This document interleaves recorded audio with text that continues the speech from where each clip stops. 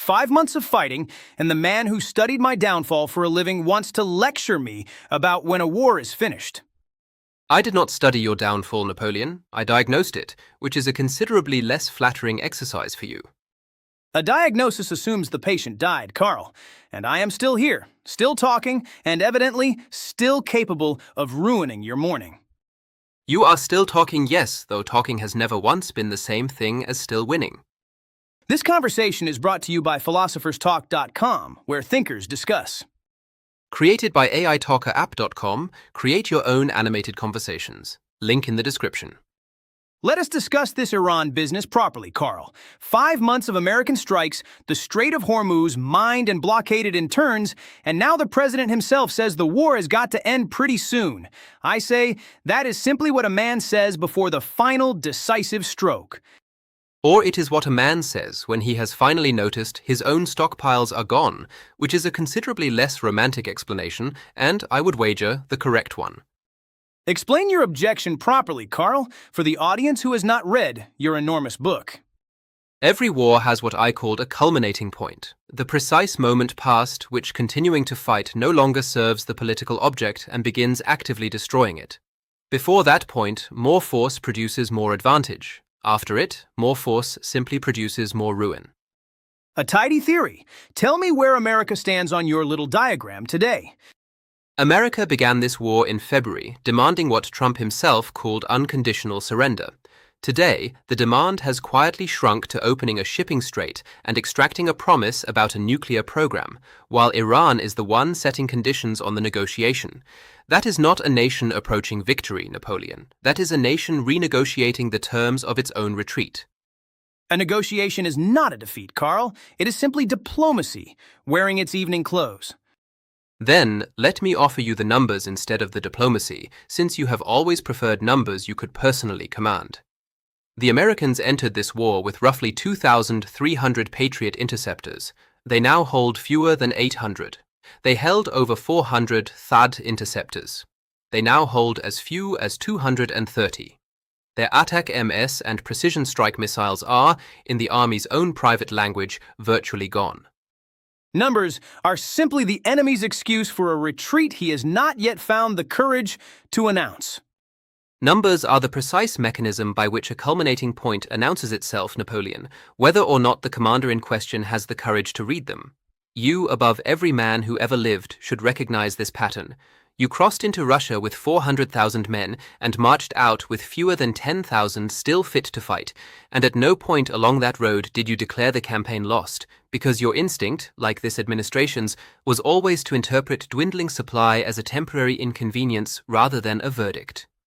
Let me steelman your argument properly, Carl, purely so I may enjoy dismantling it with the full force of my own experience. Your claim is that a war is lost the moment its cost exceeds what its political goal was ever worth achieving, regardless of who currently controls the battlefield, and that a commander's confidence is worthless evidence against a ledger that has already turned against him. That is my claim precisely, and I confess your summary was more honest than I expected from you. I am capable of honesty when it costs me nothing and flatters my argument afterward. Now, allow me to return the same courtesy and summarize you, purely so I may enjoy the demolition. Your claim, stripped of its Prussian solemnity, is that willpower is irrelevant, that a general facing depleted stockpiles must simply surrender to the arithmetic, and that boldness itself is nothing more than a delusion waiting for its inventory report. An almost fair summary, though I would never call boldness worthless. I called it dangerous specifically when it refuses to be corrected by evidence, which is a different indictment entirely. Boldness has won wars that careful men like you declared already lost a dozen times before the final charge, Carl.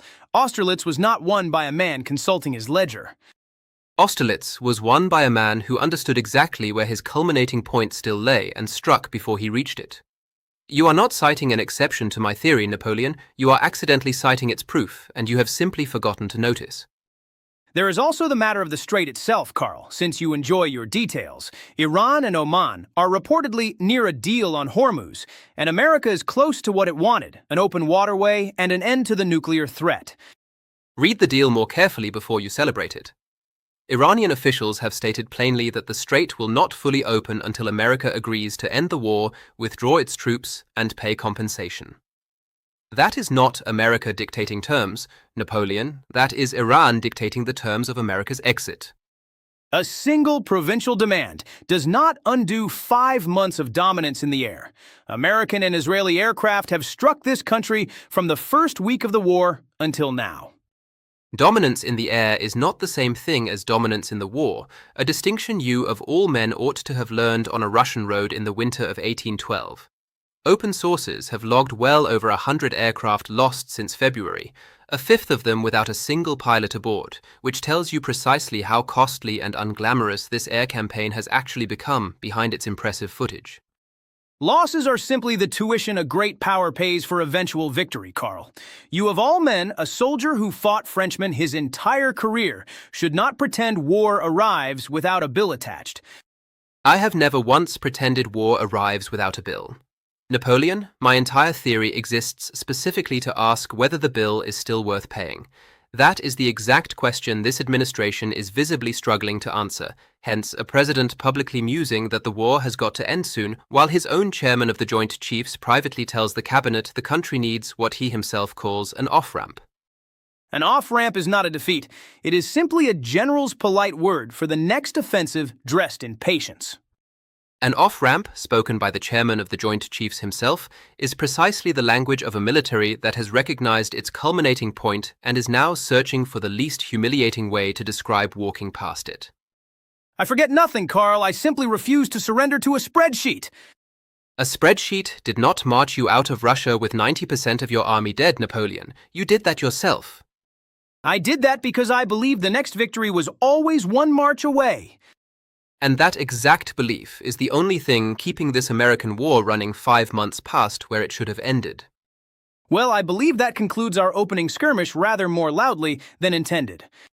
Loudly is generally how a man sounds when he has spent an entire career refusing to hear the word enough. If you enjoyed watching a genuine emperor being lectured by a man who never once commanded an army of his own, like this video, immediately.